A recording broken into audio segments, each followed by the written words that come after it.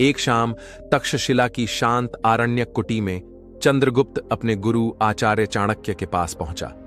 आकाश में डूबता सूरज और हवा में घुलती ठंडी खुशबू वातावरण को और भी गहरा बना रही थी।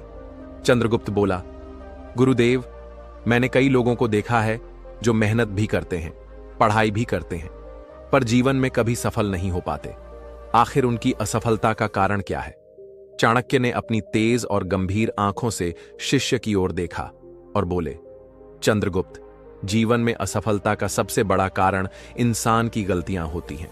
7 ऐसी गलतियां हैं जो इंसान को धीरे धीरे बर्बाद कर देती हैं। आज मैं तुम्हें पहली गलती बताऊंगा।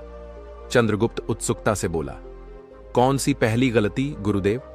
चाणक्य ने गहरी आवाज में कहा, पहली गलती है आलस्य, लेजीनेस। जो व्यक्ति काम को कल पर टालता है वो कभी प्रगति नहीं कर सकता। आलस्य हर अवसर को छीन लेता है। याद रखो, सिंह भूखा होने पर भी शिकार करने निकलता है। वो अपने शिकार के खुद मुंह में आने की प्रतीक्षा नहीं करता। उसी तरह जो इंसान आलस्य करता है वो कभी अपनी किस्मत का मालिक नहीं बन सकता। चंद्रगुप्त ने सिर झुकाकर कहा, गुरुदेव, तो आलसी व्यक्ति मेहनती होकर भी असफल रह जाता है। चाणक्य मुस्कुराए और बोले, हां पुत्र, आलसी व्यक्ति का जीवन दूसरों के पैरों तले दब जाता है। अगर सफलता चाहिए तो आज से ही समय का सदुपयोग करना सीखो। अगली सुबह तक्षशिला के उपवन में गुरु चाणक्य और चंद्रगुप्त टहल रहे थे। चंद्रगुप्त ने धीरे से पूछा, गुरुदेव, आपने कल कहा था कि 7 गलतियां इंसान को बर्बाद करती हैं। पहली गलती आलस्य है। कृपया मुझे दूसरी गलती भी बताइए। चाणक्य ठहर गए, जमीन पर गिरी एक सूखी पत्ती उठाई और बोले, चंद्रगुप्त, दूसरी गलती है गलत संगति। इंसान चाहे कितना ही बुद्धिमान क्यों न हो, अगर उसकी संगत गलत है तो उसका पतन निश्चित है। उन्होंने उदाहरण देते हुए कहा, देखो पुत्र, यह सूखी पत्ती अपने आप पेड़ से नहीं गिरी। पहले इस पर कीड़ा लगा, फिर धीरे धीरे यह कमजोर हुई और अंत में गिर पड़ी। ठीक वैसे ही जब इंसान बुरे लोगों की संगति करता है तो उसका चरित्र धीरे धीरे खोखला हो जाता है और अंत में उसका पतन हो जाता है। चंद्रगुप्त ने गंभीर स्वर में कहा, तो क्या मनुष्य की सफलता उसके मित्रों और संगति पर निर्भर करती है गुरुदेव? चाणक्य ने सिर हिलाकर उत्तर दिया, बिल्कुल पुत्र। अगर संगति सत्पुरुषों की होगी तो तुम ऊंचाई तक पहुंचोगे, लेकिन अगर संगति आलसी, शराबी, स्वार्थी और नकारात्मक लोगों की होगी तो चाहे जितनी मेहनत कर लो तुम डूब जाओगे।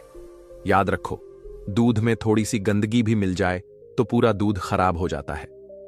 चंद्रगुप्त ने गहरी सांस लेते हुए कहा, गुरुदेव, आज से मैं अपनी संगति पर विशेष ध्यान दूंगा। चाणक्य संतुष्ट होकर बोले, यही बुद्धिमानी है। संगति इंसान का भविष्य तय करती है। एक दिन दोपहर के समय चंद्रगुप्त आचार्य चाणक्य के साथ आश्रम के तालाब के किनारे बैठा था। चंद्रगुप्त ने कहा, गुरुदेव, आपने आलस्य और गलत संगति की गलती बताई। कृपया मुझे तीसरी गलती भी बताइए। चाणक्य ने तालाब की ओर इशारा करते हुए कहा, पुत्र, देखो यह साफ जल, इसमें सूरज की किरणें सीधी पड़ रही हैं और सब कुछ साफ दिख रहा है। लेकिन अगर कोई इसमें मिट्टी डाल दे तो पूरा जल गंदला हो जाएगा। ठीक वैसे ही इंसान की जिंदगी भी गंदली हो जाती है जब वह क्रोध पर काबू नहीं रखता। यही है तीसरी गलती। उन्होंने आगे कहा, क्रोध ऐसा अग्नि है जो पहले अपने ही घर को जलाती है। क्रोध में इंसान गलत निर्णय लेता है, अपने प्रियजनों को भी दुख देता है और कई बार सफलता के द्वार उसके हाथों से छिन जाते हैं। याद रखो, जिसने अपने क्रोध को जीत लिया उसने आधी दुनिया जीत ली। चंद्रगुप्त ने सिर झुकाकर कहा, गुरुदेव, लेकिन कभी कभी अपमान या अन्याय देखकर क्रोध आ ही जाता है, तब क्या करें? चाणक्य मुस्कुराए और बोले, पुत्र, क्रोध आना स्वाभाविक है, लेकिन उसे तुरंत व्यक्त करना मूर्खता है। सच्चा योद्धा वही है जो क्रोध को शक्ति में बदल दे और सही समय पर उसका प्रयोग करे। क्रोध को जीतना ही बुद्धिमानी है।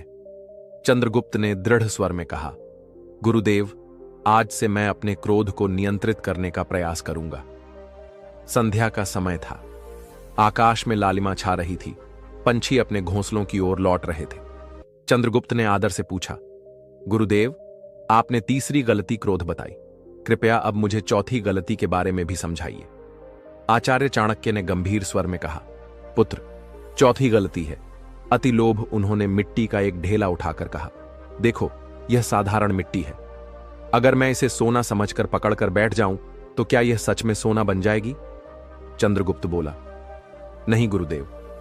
चाणक्य बोले, बिल्कुल वैसे ही लोभ में अंधा व्यक्ति असत्य को सत्य समझ लेता है और अंत में अपने ही पतन का कारण बनता है। लोभी व्यक्ति के पास चाहे कितना भी धन हो, उसे कभी संतोष नहीं मिलता। लोभ इंसान को ईमानदारी से दूर ले जाता है और लोभ के कारण वह अपने रिश्ते, विश्वास और सम्मान सब खो देता है। थोड़ी देर रुककर चाणक्य ने कहा, याद रखो चंद्रगुप्त, धन की आवश्यकता जीवन के लिए है, लेकिन लोभ विनाश का कारण है। संतोष ही सबसे बड़ा धन है। चंद्रगुप्त ने गहरी सांस लेते हुए कहा, गुरुदेव, अब मैं समझ गया। अगर मैं संतोष करना सीख लूं तो कोई भी मुझे गरीब नहीं कह सकता। चाणक्य ने प्रसन्न होकर उसके कंधे पर हाथ रखते हुए कहा, पुत्र, यही बुद्धिमत्ता है। संतोष का पालन करने वाला कभी दुखी नहीं होता। रात का समय था। चांद की चांदनी आश्रम के आंगन में बिखरी हुई थी। चंद्रगुप्त आचार्य चाणक्य के साथ आसमान की ओर देखते हुए बैठा था।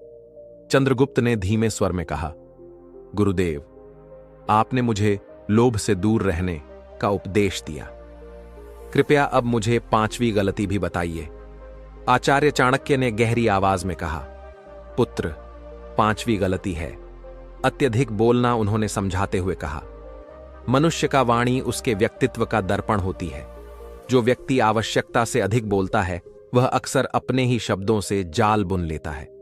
बहुत बोलने से रहस्य उजागर हो जाते हैं और लोग उसकी बातें गंभीरता से लेना बंद कर देते हैं। याद रखो, मौन कई बार सबसे बड़ी शक्ति होती है। जैसे मोती समुद्र की गहराई में छिपा होता है, वैसे ही समझदारी भी मौन में छिपी होती है। चंद्रगुप्त ने उत्सुक होकर पूछा, गुरुदेव, तो क्या हमें बिल्कुल भी नहीं बोलना चाहिए? चाणक्य मुस्कुराए और बोले, नहीं पुत्र, बोलना भी एक कला है। कब बोलना है, कहां बोलना है और कितना बोलना है, यह जानना ही बुद्धिमानी है।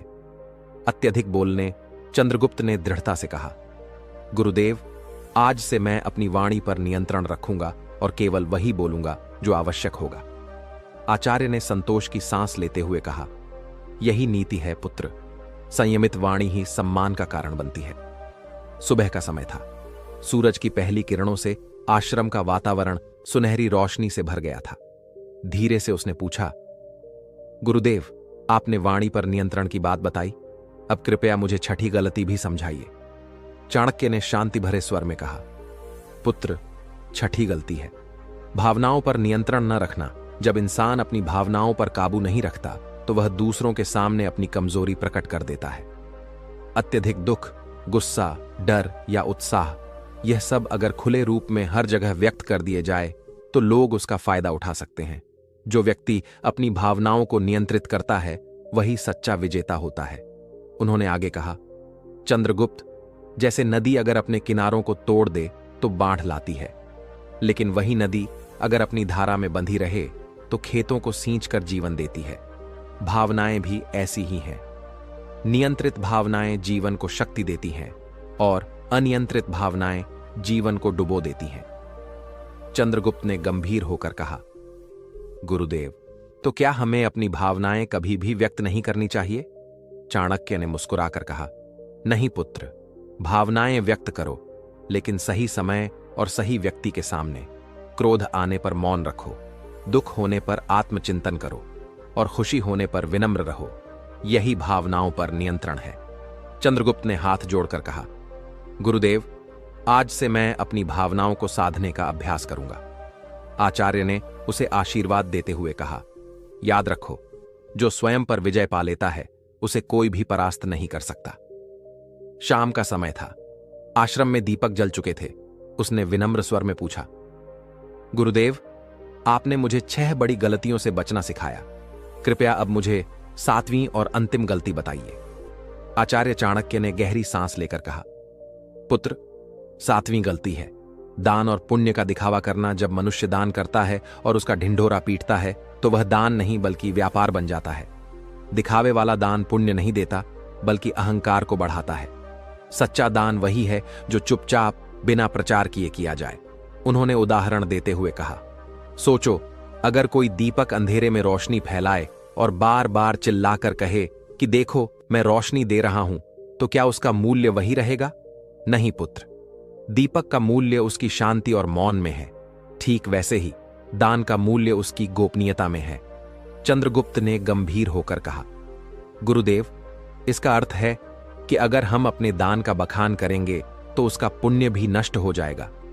चाणक्य ने दृढ़ स्वर में कहा, बिल्कुल, दान का फल तभी मिलता है जब उसे निस्वार्थ भाव से किया जाए। गुप्त दान आत्मा को शांति देता है, जबकि दिखावे का दान केवल समाज की तालियां लाता है, लेकिन भीतर खालीपन छोड़ देता है। चंद्रगुप्त ने हाथ जोड़कर कहा, गुरुदेव, आज से मैं यह प्रण करता हूं कि कभी भी अपने दान का बखान नहीं करूंगा। आचार्य ने प्रसन्न होकर कहा, यही नीति है पुत्र। याद रखो, इन 7 गलतियों से बचने वाला व्यक्ति जीवन में कभी अपमानित नहीं होता और सफलता के शिखर पर पहुंचता है।